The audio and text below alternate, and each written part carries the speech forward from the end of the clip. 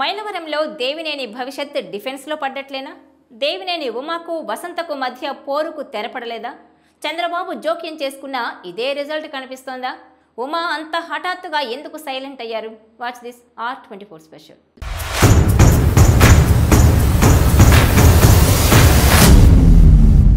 ఉమ్మడి కృష్ణా జిల్లాలోని కీలకమైన నియోజకవర్గం మైలవరంలో అనూహ్య పరిణామం చోటు చేసుకుంది. ఇక్కడ టీడీపీ టికెట్ ఆశించిన మాజీ మంత్రి దేవినేని ఉమామహేశ్వరరావును పార్టీ అధినేత చంద్రబాబు బుజ్జగించారు. ఈసారికి సర్దుకోవాలని సూచించారు.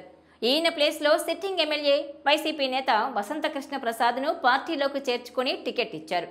ఇక బీఫామ్ ఇచ్చే సమయంలోనూ ఇద్దరిని ఆఫీస్కు పిలిచిన చంద్రబాబు ఇరువురి పక్షాన సర్ది చెప్పి కలిసి పనిచేయాలన్నారు. దీనికి దేవినేని ఉమా కూడా ఓకే చెప్పారు. బీఫామ్ ఇచ్చిన రోజు వసంతకృష్ణ ప్రసాద్తో చేయి కలిపి ఫోటోలకు పోజులు కూడా ఇచ్చారు. దీంతో మైలవరంలో రగడ సమసిపోయిందని నాయకులు సర్దుకున్నారని అందరూ అనుకున్నారు. కానీ అప్పట్లోనే కొందరు అనుమానాలు వ్యక్తం చేశారు. మొన్నటి వరకు కత్తులు నూరుకున్న నాయకులు ఇప్పుడు కలిసి పనిచేయడం అంత ఈజీ కాదని అనుకున్నారు. కానీ పైకి మాత్రం ఇద్దరు కలిసినట్టు కనిపించడంతో మంచిదే కదా అని సర్దుకున్నారు. కానీ ఎన్నికల ప్రచారం ఊపందుకున్న సమయంలో ఎవరు ఊహించని ఘటన చోటు చేసుకుంది. దేవినేని ఉమా 2 రోజులుగా అందుబాటులో లేకుండా పోయారు. కనీసం ఆయన ఫోన్ కూడా అందుబాటులో లేదు. మరోవైపు చంద్రబాబు 2 రోజుల్లో మైలవరంలో పర్యటించి ప్రచారం చేసేందుకు రెడీ అవుతున్నారు. ఈ క్రమంలో దేవినేని ఉమా వ్యవహారం తెర మీదకొచ్చింది.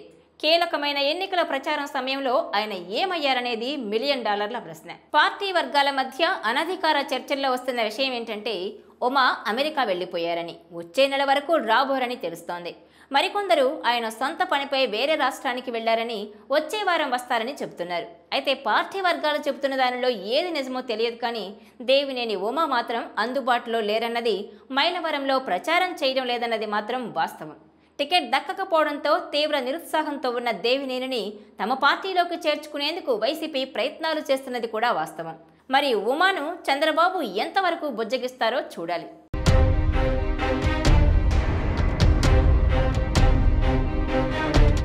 ఈ వీడియో మీకు నచ్చినట్లయితే please share, like and subscribe R24 Telugu.